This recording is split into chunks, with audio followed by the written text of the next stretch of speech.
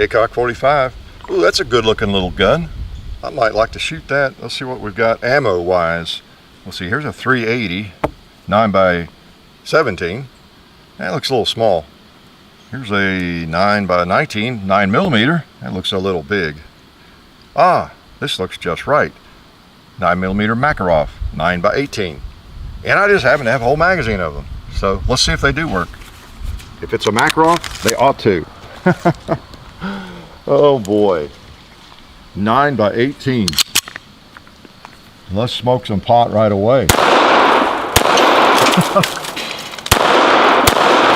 Oh, nice. Let's shoot that 2-liter over there, see if I can explode it. That didn't break. That's okay. Must be because of this weak round. Yes, Bulgarian Makarov. This is actually a chapter 2. We have done the Makarov, and pretty thoroughly. I looked at the video and I told you what little I know about it, and we had a lot of fun with one that was made in Russia. So we thought we'd do a chapter 2, and we happen to have one that's made from, or came from, Bulgaria. So let's take a look at it, and bang, got that one from Bud's. Here's what happened. I actually bought one. I think I told you in the previous video that I was probably going to have one of these because I liked it. It was fun, and it's historical. Interesting firearm. Hope you have seen that video. If not, go back and look at it first, okay? Well, I was right. I had to have one. I found one, a couple months ago, I guess, and it's this one right here, and it's Bulgarian. And we just hadn't gotten around doing a video yet. It just came with one magazine. Then I fired at some cool gun, just like their Russian model we had borrowed. And eventually rounded up another magazine. Mac doesn't like us doing a Makarov firearm. But anyway, we didn't get around to doing the video. And then I find out that Bud's got a bunch of them in. And I said, hey, there's the ticket. We'll get one from Bud's. And they come with 2 magazines. So now I have this one and I have 4 magazines. Okay, I can add pretty good, aren't I? So we got 4 magazines, so I thought that was perfect. That's part of the motivation too. So, and then plus, you know, we like to do a Bud's gun, you know, about once a week, sometimes every other week. So I've got 2 Makarovs.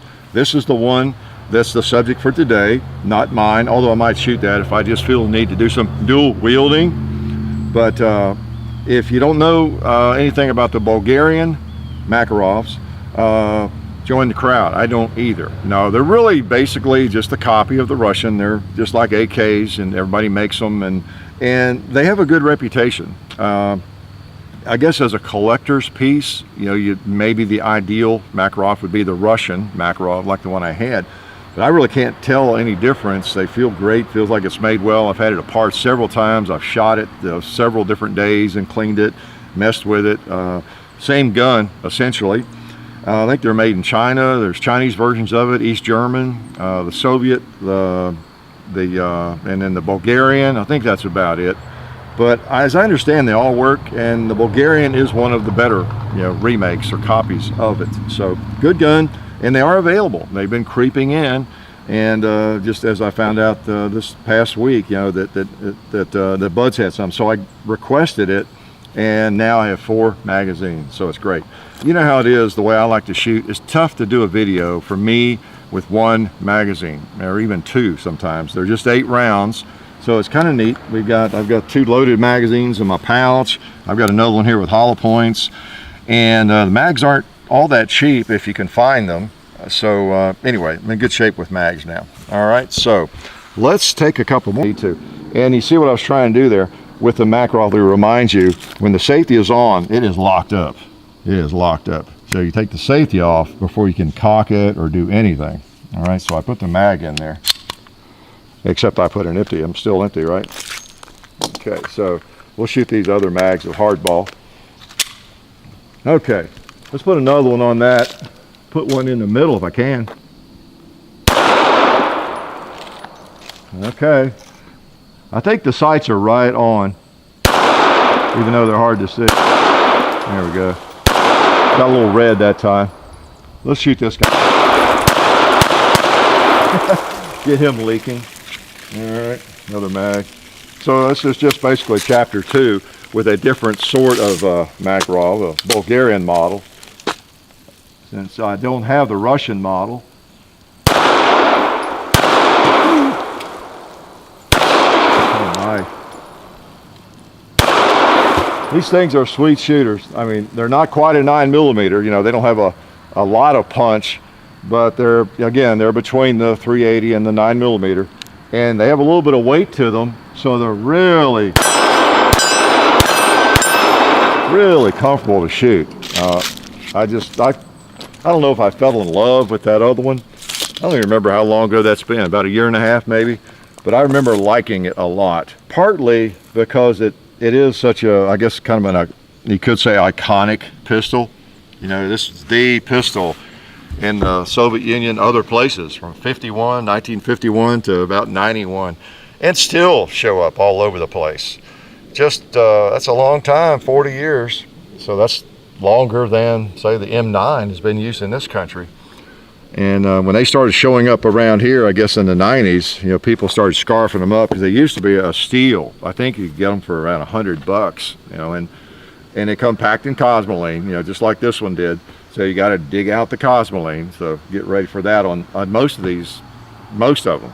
That's what you're going to get, these Bulgarian Makarov. So you learn a lot about the firearm though, and all the little nooks and crannies you get to clean. So it's a labor of love, you getting to clean your firearm. While we have it a little bit dirty, let's try the hollow points again. And I recall from that first video that that Russian model handled the hollow points quite well, and I have fired these already and they seem to do fine. Well, let me try these two. Since I've got hollow points, let me see if I can hit these 2 The sights are not all that great, although they seem to be right on. And it's not a horrible sight picture, but as you get lower and lower light, they are harder to see.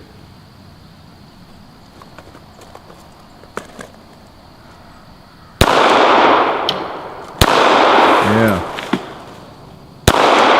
That's funny, on that red 2-liter, the front sight just disappeared. I couldn't see it, but on the green, I could see it.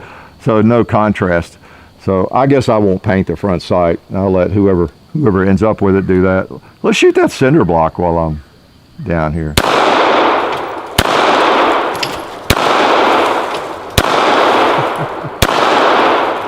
Click. Oh well, just a little whim there. So let's go back up here and load some magazines and see if I can think of some lies to tell you about it, okay? These are one of those military surplus firearms that, you know, people seem to gravitate towards. They're just neat. They really are. And a lot of people carry this crazy thing. They really do. You could do worse because they seem reliable, and they're a good size. I'll have to say. I think I mentioned in the other video how they fit your hand so well. They're like a PPK, but just a little bit bigger, and they just feel really good. And the recoil is very soft. Just a firearm that's hard to hate, unless you hate this round or something. Now, Mac, if we have to, we're going to cut the video and come over there and spank you. That's John's golden retriever. He normally is very good. He's tied up during a lot of video production. But I think sometimes he would like to be out here shooting with us, and he just gets a little upset. But normally, he sits over there and watches us. I think that's a problem. He's wound up and can't see us. He likes to supervise, and is having trouble with that today. So this is some, This is some Silver Bear. Yeah, Silver Bear. It's nice having 4 mags, that's for sure. I really told you everything in the first video. Now, what comes with this one, let me tell you that. Now, this is one I got. It just came with one magazine, as I said. And, you know, it's got the Bakelite grips. That's all it came with. Let me put it over here. But now this one came with the Bakelite grips, too, if you want to put those on, which I kind of like. These feel really good, but those feel pretty good, too. And they're, you know, they're original. So I'd be tempted to put those on. And then the holster, you got the cleaning rod, all that comes with it. And you got this technical manual. I have to get John to read that to me because I can't really pronounce that stuff. John probably can. So anyway, it's a nice little package with 2 mags. So many firearms these days come with 1 magazine, and you know, that's a bit of a bonus as far as I'm concerned. And again, I think it's a bonus that this firearm that was designed around 1950 feeds hollow points. You know, it just in its natural state it does. You know, the old 1911 really wasn't designed for hollow points. Now most of the newer ones, the ramps and everything is polished and they're contoured to where they'll feed hollow points. And most of the better ones will pretty well. You have to test them and try them out, but to make sure they'll feed what you're going to carry or depend on. But you know, I wouldn't have been surprised at all if these things wouldn't feed a hollow point at all, but they do. It's just the inherent design of it. So I just thought I'd get one with lots of magazines here, and we'd do a chapter 2 on one. Okay. I like to shoot them, and I knew you'd want to be here, even if I can't hit anything. I knew you would. Let's speaking of that, let's go ahead and sling one at the gong. And again, when I complain about the light, I know it seems crazy but it's amazing the difference of what you're seeing and what I'm seeing. That camera really picks up the light that isn't even there. It's bizarre. All right, let's see if we can hit on Mr. Gong with one.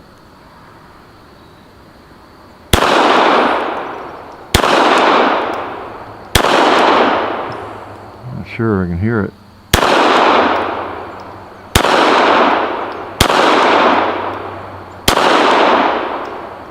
Yeah, I'm having a hard time hearing it from the sound of the gunfire. I'll try a couple more. I'd like to hear it once. That sight, where's that sight? There it is. Boy, it needs some white paint on it in the worst way. Let me find it. There, up in the clouds. Okay. There we go. There we go. Just had to find that front sight, then bring it over. There we go. Okay. I think they're accurate little guns. They really are. See that cowboy? I'll bet you we could put one on him. That cinder block needs another round or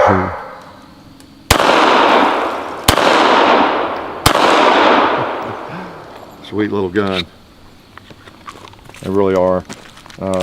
Yeah, this could be one of these, Mac, calm down over there. This could be one of those firearms if you're looking for an inexpensive firearm and you don't have a big budget right now to purchase one. Now it's going to run around $300, but still, that's not too bad for a real gun, as I say, because it will do the job. Let me put it in my holster. Now you can carry it. You know, that's a hammer drop. You know, so I had it cocked. Let me cock it again. That'll drop the hammer, and it's really unsafe. It locks everything up. So I think I said in the first video, if I were going to carry it, I probably wouldn't carry it like that unless it was in a pocket without a holster or something. But in a holster, I'm going to take that off because it's still got a double action pull.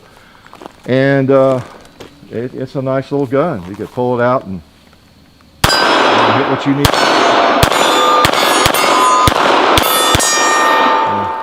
You can hit what you need to hit. I would consider this a viable defensive handgun. I really would. Be quiet, Mac. Straighten up over there. Nice gun. So let me load a couple more. We'll shoot a couple more. I don't know if Mac's going to let us shoot all I want to. Quit being a bad dog, Mac. Yeah, we hear you over there. Yeah, all right. I shot the hollow points. I wanted to do that again. And I don't think we have ever had a malfunction with those hollow points in the other gun or either of these. So that's always good news. It's always good news. I've shot some of this peyote. It's worked fine. The hollow points. That's really all I have. The ammo is available for the things too. It's not like, well, that's a cool gun, but you know, ammo is $50 a box if you can find it. So we don't have that situation. I didn't have any trouble finding the ammo because I didn't have any, or at least I couldn't find it from that other video. And so I had to locate some. And it's around. You can find it in gun shops. Probably not Walmart. I don't know. So yeah, let's just shoot all 4 mags here. I'm gonna rub it into Mac. get him really mad. If you can imagine a golden retriever being mad about anything. Okay. So what did I not tell you? Well, I told you everything in the first video, actually. Like I say, now this one came with 2 grips. These come with 2 grips. I don't know if that's a part of being compliant for import or whatnot, but it's a good feeling grip. It really is. But I'm really glad, well, it's not mine, but I would be happy to have the Bakelite. That was my first reaction when I opened it up. Oh, well, yeah, that might feel good, but I like the classic old Bakelite grips, and they're in the box too. And it takes a different screw, so that's why I have the rubber band around to hold, so I don't lose that screw. So you replace them, then you need, notice the screw they use for these, looks like they went down to Ace Hardware and just got a Phillips head screw. It apparently just needs a different screw. So anyway, I tried to blacken that in with a marker so it wouldn't look so much like a hardware store screw. All right, so we'll finish these 4 mags.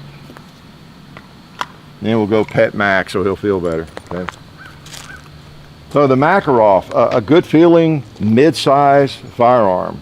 Now you may want something you think has more punch to it, but you know, I'll tell you, you could do a lot worse. It'll feed a hollow point, and it's a little more powerful, a little bigger bullet than a 380, and it's reliable, and the firearms are still relatively cheap. So I guess that's kind of where this gun fits for me. All right, I've got all my ammo with me. Oh, we got a couple of pots down here that have not been addressed. So let me put this in my holster and then address them. Let's put a round. Oh, I didn't have, you know, I did that in the first video. I did not have the magazine in all the way. Let's lock the slide back. There we go. Clicked in. All right, not good.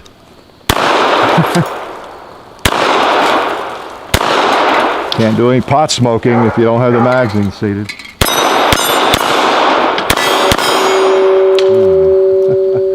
And of course, you got the heel type mag release, you know, we talked about in the other video, so you have to get used to that. So there are disadvantages to it as well.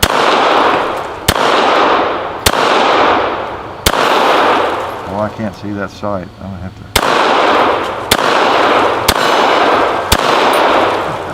I never thought I'd be chewing on the cinder block with a Makarov, but why not? Why not? I'm losing that sight totally. There we go. One more magazine. Mac, hang on. Mac doesn't like the Mac. Okay, I'm gonna put the safety on all the way. That's another option for carry, of course. And well, it's not easy or too quick to get into action.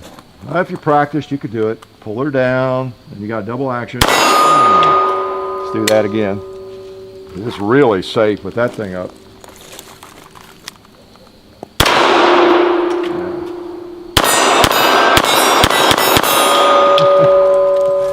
Pretty cool little gun. Just wanted to shoot one again, and it's nice having more ammo for it. Bulgarian Makarov.